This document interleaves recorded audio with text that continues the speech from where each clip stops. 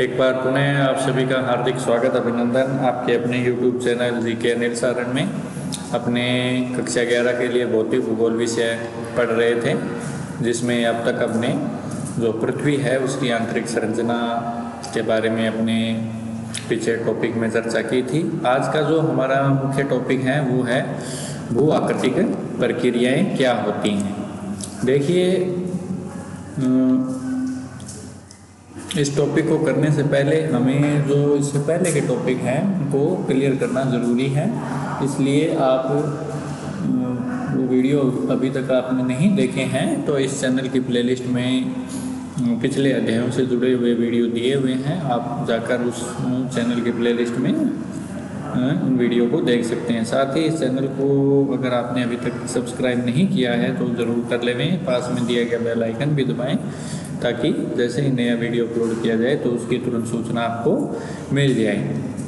तो चलिए शुरू करते हैं आज का वीडियो, जिसमें आज का हमारा मुख्य टॉपिक है भू आकृतिक प्रक्रियाएँ क्या होती हैं। देखिए, भू आकृतिक प्रक्रियाओं में उन समस्त प्रक्रियाओं या क्रियाओं को शामिल किया जाता है जिनकी वजह से हमारा जो धरातल है उसके अंदर आपको जो भी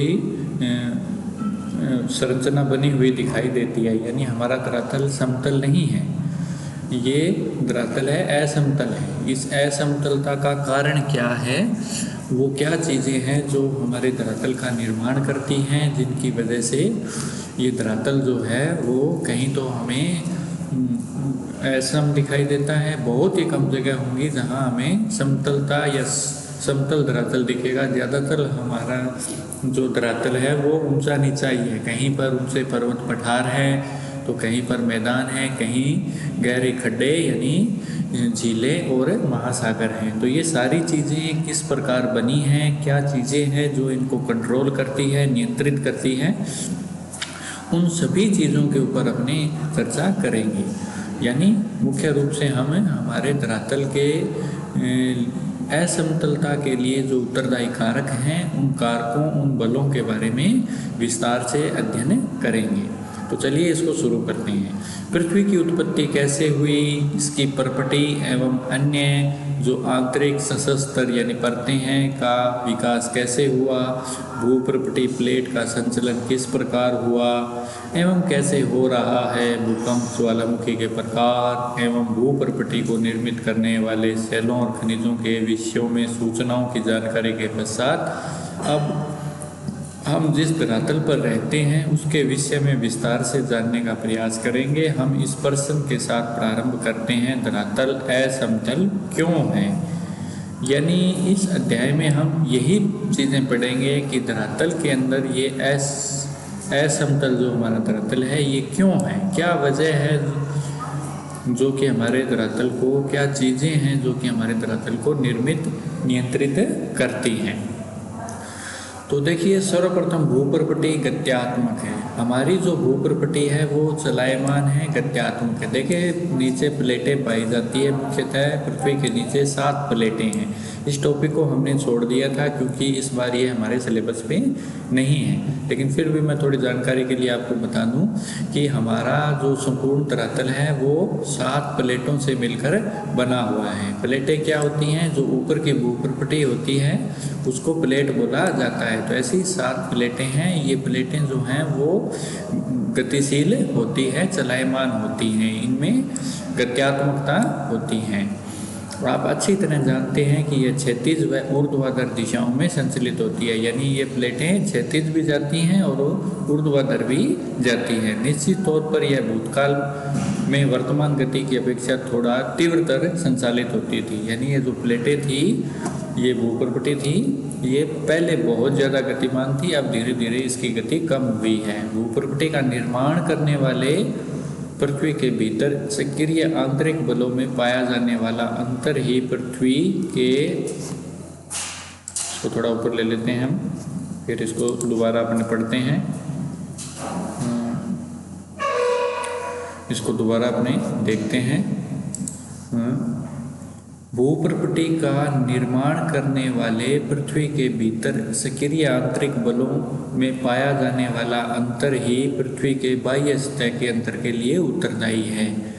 यानी पर भूप्रपट्टी का निर्माण करने वाले जो भीतर के सक्रिय बल हैं, जिनकी भीतर के जो बल हैं, जो आंतरिक बल है, उनमें जो अंतर पाया जाता है, उसी वजह से जो बाह्य सतह है उसमें भी अंतर पाया जाता है। देखिए मूलतः जो धरातल है ना, वो सूर्य से प्राप्त जो ऊर्जा होती है प्रेरित बाह्य बलों से प्रभावित होता रहता है। यानी हमारा जो धरातल है वो सूर्य से प्राप्त ऊर्जा से जो बाह्य बल कार्य करते हैं उनसे ये हमारा धरातल प्रभावित होता है। निश्चित रूप से आंतरिक बल अभी भी सक्रिय है, यद्यपि उनकी तीव्रता में अंतर है। इसका तात्पर्य है कि धरातल पृथ्वी मंडल के अंतर्गत उत्पन्न हुए बाह्य बलों एवं पृथ्वी के अंदर अद्भुत आंतरिक बलों से अनवरत प्रभावित होता रहता है तथा यह सर्वदा परिवर्तनशील है। यानी हमारे धरातल के ऊपर देखिए दो बलों का प्रभाव पड़ता है। एक तो वो बल हैं जो पृथ्वी के ऊपर काम करते हैं, उनको बाह्य बल बोला जाता है। एक बल ऐसे हैं जिनसे हमारा जो ये धरातल है वो प्रभावित होता है, वो पृथ्वी के अंदर उत्पन्न होते हैं, उनको आंतरिक बल कहते हैं। देखिए अब आप कहोगे कि आंतरिक बल कौन सी हैं जी? आंतरिक बल देखिए ज्वालामुखी हैं, भूकंप हैं, जिनके बारे में हमने कम से कम पढ़ा है पीछे। तो ये बल हैं जो कि हमारे धरातल को प्रभावित करते हैं। ज्वालामुखी से भी हमारा धरातल प्रभावित होता है और भूकंप से भी होता है। तो ये होते हैं आंतरिक बल। अब बाह्य बल क्या होते हैं जिनकी वजह से धरातल प्रभावित होता है? तो बाह्य बल के बारे में हम विस्तार से इस चैप्टर में अध्ययन करेंगे। तो वो हम जैसे जैसे ये चैप्टर पढ़ते जाएंगे आपके समझ में आता जाएगा। तो दोबारा दोहरा दूँ मैं कि हमारा जो धरातल है ना, वो दो बलों से प्रभावित होता है। वो बल हैं एक तो बाह्य बल और दूसरे हैं आंतरिक बल। बाह्य बल जो पृथ्वी के ऊपर उत्पन्न होते हैं वो बाह्य बल, जो पृथ्वी के बाहर उत्पन्न होते हैं वो बाह्य बल, और जो पृथ्वी के अंदर उत्पन्न होते हैं जिनसे धरातल प्रभावित होता है वो आंतरिक बल कहलाते हैं। बाह्य बलों को बहिर्जनिक, ये देखिए दोबारा इसको बताया जा रहा है, बाह्य बलों को बहिर्जनिक बल और आंतरिक बलों को अंतर्जनित बल कहते हैं। तो इसको आप अच्छी तरह समझ लें, नोट डाउन कर ले में। चलिए आगे पढ़ते हैं अपने। तो यहाँ ये स्पष्ट हो जाना चाहिए कि हमारा धरातल है ना, वो सर्वदा परिवर्तनशील होता रहता है। धरातल एक सा नहीं बना रहता और इसके पीछे दो बल कार्यरत होते हैं। पहला बल बाह्य बल और दूसरा बल आंतरिक बल, यानी बहिर्जनिक और अंतर्जनित बलों द्वारा हमारा धरातल हमेशा प्रभावित होता रहता है, उसमें बदलाव आता रहता है, उसमें परिवर्तनशीलता बनी रहती है। बहिर्जनिक बलों की क्रियाओं का परिणाम, अब देखिए बहिर्जनिक बल क्या काम करते हैं, यानी ये दोनों बल हैं तो दोनों काम तो कुछ करते ही होंगे, धरातल में परिवर्तन तो लाते ही होंगे। ये परिवर्तन किस प्रकार का लाते हैं वो हम देखते हैं। देखिए बहिर्जनिक बल यानी जो बाहर के बल हैं उनकी वजह से क्या परिणाम होता है? उभरी हुई भू आकृतियों का विघर्षण, यानी जो उभरी हुई आकृतियां हैं उनका विघर्षण होता है। उभरी हुई भू आकृतियां कौन सी होती हैं? पर्वत है, पठार है, ये उभरी हुई भू आकृतियां, इनका विघर्षण होता है, यानी ये घिसती रहती हैं। बहिर्जनिक बलों द्वारा जो उभरी हुई आकृतियां यानी पर्वत और पठार होते हैं वो क्या होते हैं? घिसते रहते हैं। तथा बेसिन को क्या बोला गया है? निम्न गर्त, निम्न क्षेत्र या गर्त का भराव, यानी दो काम होते हैं इनसे। एक तो जो ऊपर उठे हुए भाग हैं वो घिसते रहते हैं और जो नीचे धसे भाग हैं वो भरते रहते हैं। ठीक है, यानी ये बाह्य बल धरातल में किस तरह का परिवर्तन लाते हैं? ये ऊपर के भागों का विघर्षण होता है, ऊंची उठी हुई भूआकृतियां विघर्षित होती हैं एवं नीचे की जो गर्त हैं वो भरते रहते हैं। अधिवर्ती या तललोचन भी इनको बोला गया है। धरातल पर अपर्दन के माध्यम से उच्चावच के मध्य अंतर के कम होने को तल संतुलन कहते हैं।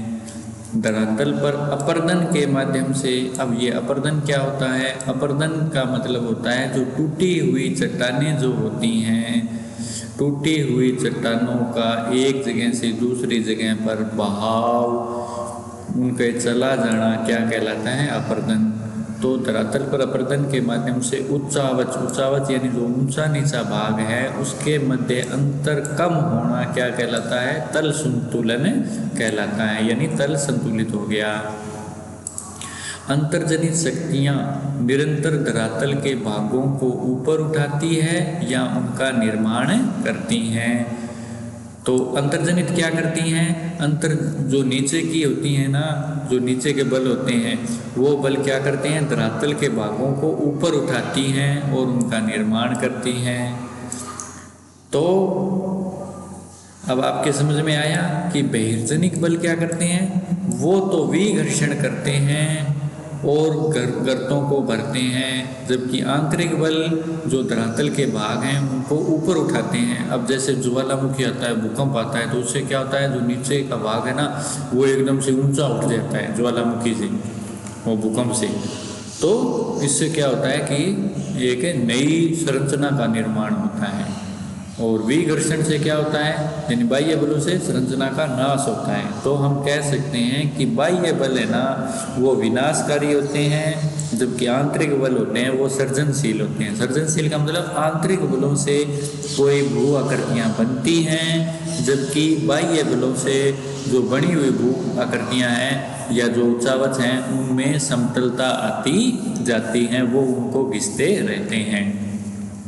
इस प्रकार बहिर्जनिक प्रक्रियाएं उच्चावच में भिन्नता को सम करने में असफल रहती हैं। यानी बहिर्जनिक क्रियाएं घिसती तो रहती हैं, लेकिन ये जैसे ऊंचा उठा हुआ भाग है, इसको ये बहिर्जनिक जो प्रक्रियाएं हैं वो घिसती तो रहती हैं, लेकिन क्या होता है नीचे के जो बल है ना वो काम करते रहते हैं निरंतर। जितना ये घिसती है उतने या उससे ज़्यादा ये इसको वापस ऊंचा उठाती रहती हैं। तो ये निरंतर प्रक्रिया चलती रहती हैं। अतएव भिन्नता तब तक बनी रहती है जब तक बहिर्जनिक और अंतर्जनिक बलों के विरोधात्मक कार्य चलते रहते हैं।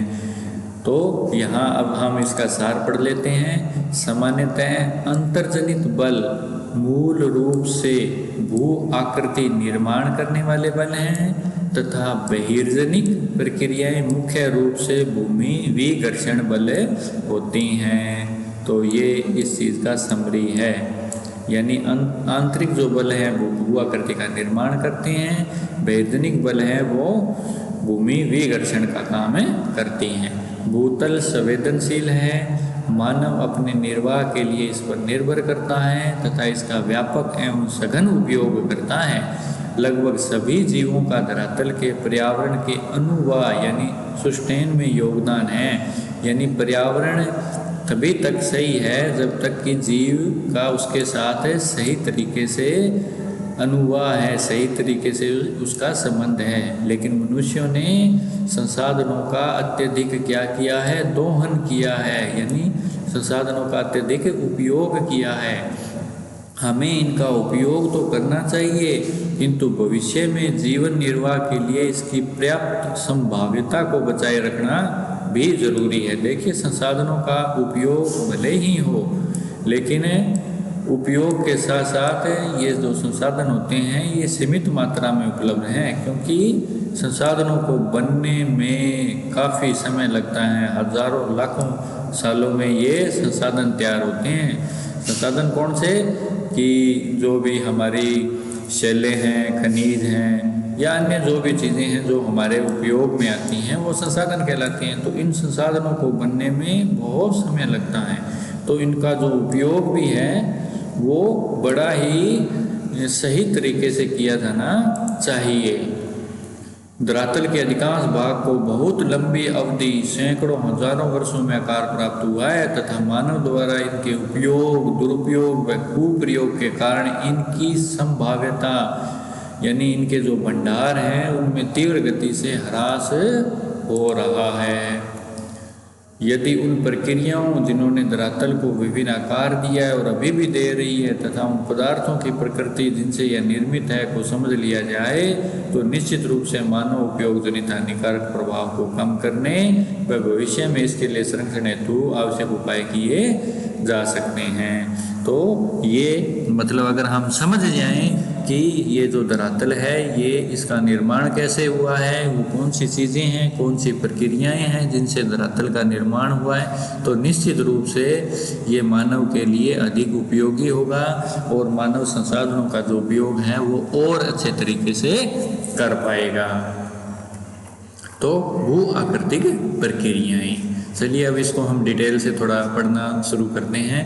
भू आकृतिक प्रक्रियाएं वही होती हैं, देखिए, जियोमॉर्फिक प्रोसेस, जिन प्रक्रियाओं द्वारा धरातल के अंदर परिवर्तन आता है वो प्रक्रियाएं क्या कहलाती हैं, भू आकृतिक प्रक्रियाएं। और धरातल के अंदर परिवर्तन आता है अंतर्जनित और बहिर्जनित प्रक्रियाओं द्वारा, अंतर्जनित व भौतिक बहिर्जनिक बलों द्वारा।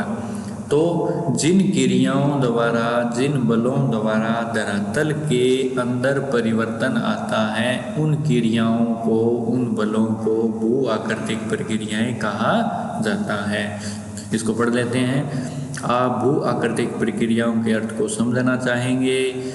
धरातल के पदार्थों पर अंतर्जनित और बहिर्जनिक बलों द्वारा भौतिक दबाव व रासायनिक क्रियाओं के कारण भूतल के विन्यास में परिवर्तन को भू आकृतिक प्रक्रियाएं कहते हैं। तो यहाँ सरल रूप में समझ लें कि धरातल पर अंतर्जनित व बहिर्जनिक बलों की वजह से जो विन्यास में परिवर्तन आता है, यानी इसके आकार में जो परिवर्तन आता है, उस परिवर्तन को, उस क्रियाओं को जिनकी वजह से ये परिवर्तन आता है क्या बोला जाता है, भू आकृतिक प्रक्रियाएं। तो हमें पता है वो कौन सी हैं भू आकृतिक प्रक्रियाएं, अंतर्जनित और बहिर्जनिक। तो अंतर्जनित कौन कौन सी हैं? अंतर्जनित है पटल विरूपण एवं ज्वालामुखीयता, वोल्कोनिज्म, अंतर्जनित भू आकृतिक प्रक्रियाएं हैं। अब ज्वालामुखी से तो आप परिचित हैं, लेकिन पटल विरूपण से आप अभी तक परिचित नहीं हैं। यानी आंतरिक बल क्या होते हैं, आंतरिक भू आकृतिक प्रक्रियाएं क्या होती हैं? एक तो ज्वालामुखी होती है और ज्वालामुखी के साथ हम भूकंप भी ले सकते हैं। पटल विरूपण क्या होता है? पटल विरूपण बल या क्रियाएं वो होती हैं जो कि हमारे पटल को विरूपित करती है, यानी जो पटल में चेंज लाती है, जो पटल को बदल के रख देती है। ये आंतरिक बल हैं जिनकी वजह से धरातल जो है ना वो ऊंचा उठ जाता है या नीचा धंस जाता है, जिनकी वजह से पर्वत बन जाता है, पठार बन जाता है। इन क्रियाओं की वजह से जो है वो प्लेटें खिसकती रहती हैं, प्लेटों का एक जगह से दूसरी जगह सरकाव, ये सारी चीज़ें क्या होती है, पटल विरूपण क्रियाएं कहलाती हैं। तो पटल विरूपण व ज्वालामुखी ये दो भू आकृतिक प्रक्रियाएं हैं। ठीक है, इसको आप नोट कर लें, अगर परीक्षा में पूछ लें कि अंतर्जनित भू आकृतिक प्रक्रियाएं कौन सी हैं। देखिए, भू आकृतिक प्रक्रियाएं दो प्रकार की होती हैं, एक तो अंतर्जनित होती हैं और दूसरी होती है बहिर्जनिक, यानी एक अंतर्जात बल और एक बहिर्जनिक। यहाँ मैं ये पेन मेरा चलता नहीं है, यहाँ अच्छे तरीके से मैं इसको लिख नहीं पा रहा हूँ, लेकिन आप समझ लें कि भू आकृतिक प्रक्रियाएं दो प्रकार की होती हैं, एक होती है आंतरिक और दूसरी होती है बाह्य। आंतरिक को अंतर्जनित भू आकृतिक प्रक्रियाएं, बाह्य को बहिर्जनिक भू आकृतिक प्रक्रियाएं कहते हैं। ये दो क्रियाएं हैं जिनकी वजह से हमारे धरातल में बदलाव आता है। तो अंतर्जनित अब कौन सी है? अंतर्जनित है पटल विरूपण और ज्वालामुखीयता। ठीक है, और इनके बारे में संक्षेप में हम पहले पढ़ चुके हैं, जिनमें हमने ज्वालामुखी को डिटेल से पढ़ा है, पटल विरूपण को हम नहीं पढ़ पाए थे, लेकिन जब भी मौका मिलेगा इसको आपको डिटेल से समझाएंगे। अभी के लिए आप इतना समझ लें कि पटल विरूपण बल वो बल होते हैं जिनकी वजह से धरातल में परिवर्तन आता है। इनके अंदर पर्वत निर्माणकारी बल शामिल हो गए, इनके अंदर जो प्लेटें हैं उन प्लेटों को ऊपर नीचे या उन प्लेटों को खिसकाने वाले जो बल आ गए वो बल आ गए, तो ये पटल विरूपण बल है। तो ये अंतर्जनित होते हैं। बाह्य क्या होते हैं? अपक्षय, वृद्धशरण, अपर्दन और निक्षेपण बहिर्जनिक भू आकृतिक प्रक्रियाएं हैं। बहिर्जनिक क्या है? अपक्षय। इसके बारे में थोड़ा सा मैंने बताया था आपको, अपक्षय के बारे में, अपर्दन के बारे में, निक्षेपण के बारे में, जब हम शैलें पढ़ रहे थे। यानी चट्टानों या शैलों का टूटना अपक्षय, वरस शरण अपशय का ही रूप है। बहुत बड़े रूप में जब शरण हो, बहुत बड़े रूप में जब चट्टानें टूटें, वो वरस शरण। अपर्दन, जब चट्टानें टूट कर आगे बहे उसको अपर्दन कहें। जब चट्टानें आगे बहती हुई कहीं जाकर जम जाए उसको निक्षेपण बोला जाता है। और इन सारी प्रक्रिया का एक नाम और आता है, उसको बोला जाता है अनाच्छादन। अनाच्छादन में अपर्दन, अपशय, अपर्दन और निक्षेपण तीनों शामिल होते हैं। तो ये बहिर्जनिक क्रियाएं हैं, इनका इस अध्याय में विस्तार से विवेचन किया गया। इनके बारे में हम इस डिटेल से पढ़ ही लेंगे कि अपशय क्या होता है, अपर्दन क्या होता है, वरस शरण क्या होता है, निक्षेपण क्या होता है, वो हम इस अध्याय में आगे डिटेल से पढ़ेंगे। तो चलिए थोड़ा और पढ़ लेते हैं, थोड़ा सा और रहा है आज का टॉपिक हमारा, तो उसको जल्दी से पढ़ लेते हैं। अब आपके समझ में आ गया होगा ये, थोड़ा एक चीज़ और आएगी जो हम पढ़ लेते हैं।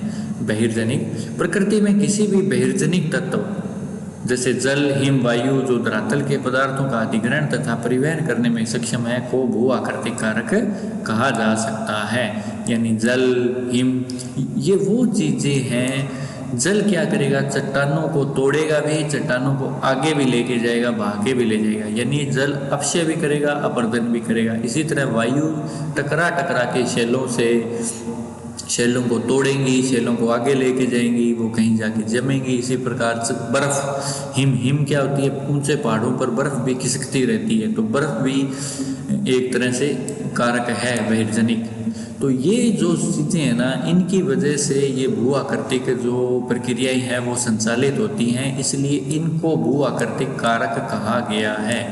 यानी जिनकी वजह से जो बहिर्जनिक क्रियाएं हैं वो संचालित होती हैं, उनको कारक कहा गया है। जब प्रकृति के ये तत्व ढाल प्रवणता के कारण गतिशील हो जाते हैं, ढाल की वजह से कम से अधिक से ज़्यादा की ढाल में जो अंतर होता है ना, उसको प्रवणता बोलते हैं। ढाल के अंदर जो अंतर आता है उस अंतर को प्रवणता बोला जाता है। तो जितनी प्रवणता ज़्यादा होगी, यानी ढाल में जितना अंतर अधिक होगा, उतना ही ये ज़्यादा गतिशील होंगी। पदार्थों को हटाकर ढाल के सहारे ले जाते हैं और निचले भागों में निक्षेपित कर देते हैं।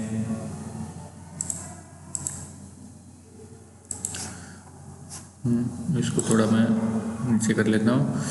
तो प्रकृति के किसी भी बहिर्जनिक तत्व जैसे जल, हिम, वायु जो धरातल के पदार्थों का अधिग्रहण तथा परिवहन करने में सक्षम है को भू आकृतिक कारक कहा जा सकता है। जब प्रकृति के ये तत्व ढाल प्रवणता के कारण गतिशील हो जाते हैं तो पदार्थों को हटाकर ढाल के सहारे ले जाते हैं और निचले भागों में निक्षेपित कर देते हैं। भू आकृतिक प्रक्रियाएं तथा भू आकृतिक कारक विशेषकर बहिर्जनिक को यदि स्पष्ट रूप से अलग अलग न कहा जाए तो इन्हें एक ही समझना होगा, क्योंकि ये दोनों एक ही होते हैं। एक प्रक्रिया, एक बल होता है जो धरातल के पदार्थों के साथ अनुप्रयुक्त होने पर प्रभावित हो जाता है। एक कारक एक गतिशील माध्यम है, जिनमें कि इसको टाइम बड़ा हो गया, ये गतिशील माध्यम जैसे कि प्रवाहित जल, हिमानी हवा, थोड़ा और छोटा कर लेते हैं इसको, प्रवाहित जल, हिमानी हवा, लहरें, धाराएं, ये क्या है, ये भू आकृतिक कारक हैं। धरातल के पदार्थों को हटाते हैं, ले जाते हैं और निक्षेपित करते हैं। इस प्रकार प्रवाह युक्त जल, भूमिगत जल, हिमानी हवा, लहरें, धाराएं इत्यादि को भू आकृतिक क्या कहा जाता है, कारक कहा जाता है। दोबारा देख लें, इस प्रकार प्रवाह युक्त जल, भूमिगत जल, हिमानी हवा, लहरें, धाराएं, ये क्या होते हैं, ये भू आकृतिक कारक होते हैं। तो ये था आज का हमारा मुख्य चैप्टर भू आकृतिक प्रक्रियाएं, जिसमें हमने इसका परिचय पढ़ा और हमने ये जाना कि धरातल के अंदर जो असमतलता है या जो परिवर्तन हमें दृष्टिगोचर होते हैं वो किन वजह से होते हैं। तो हम दोबारा इसको संक्षिप्त में रिवीजन कर लेते हैं। हमारा जो धरातल असमतल है उसके पीछे कुछ बल कार्यरत होते हैं। ये बल दो तरह के होते हैं। पहला बल जो अंदर से उत्पन्न होता है उसको आंतरिक बल या अंतर्जनित बल कहते हैं। दूसरा बल जिनकी वजह से धरातल में परिवर्तन आता है वो बल बाह्य बल है, उसको बहिर्जनिक बल कहते हैं। बाह्य बल जो होता है वो दो तरह से आता है, दो तरह का उस पर प्रभाव पड़ता है, एक तो ज्वालामुखी और दूसरा पटल विरूपण बल, यानी और जो आंतरिक जो बल है, आंतरिक बल जो है उसके दो तत्व होते हैं, उसकी दो प्रक्रियाएं होती हैं, उसके दो भाग होते हैं, उसको बोला जाता है ज्वालामुखी और पटल विरूपण बल। जबकि बाह्य है वो अपक्षय, वृषण, अपर्दन और निक्षेपण, ये बाह्य बल होते हैं। इनको भू आकृतिक प्रक्रियाएं भी कहा जाता है। यानी भू आकृतिक प्रक्रियाएं क्या होती हैं? जो आंतरिक और बाह्य बल जिनकी वजह से धरातल के विन्यास में परिवर्तन आता है उसको भू आकृतिक प्रक्रियाएं कहा जाता है। तो निश्चित रूप से मुझे आशा है कि आपको ये टॉपिक अच्छी तरह समझ में आ गया होगा। फिर भी अगर आपके कोई डाउट रहते हैं तो आप नीचे कमेंट बॉक्स में लिखकर मुझसे पूछ सकते हैं। चलिए आज के लिए इतना ही, मिलते हैं एक नए वीडियो में एक नए टॉपिक के साथ। तब तक के लिए धन्यवाद। जय हिंद, जय भारत।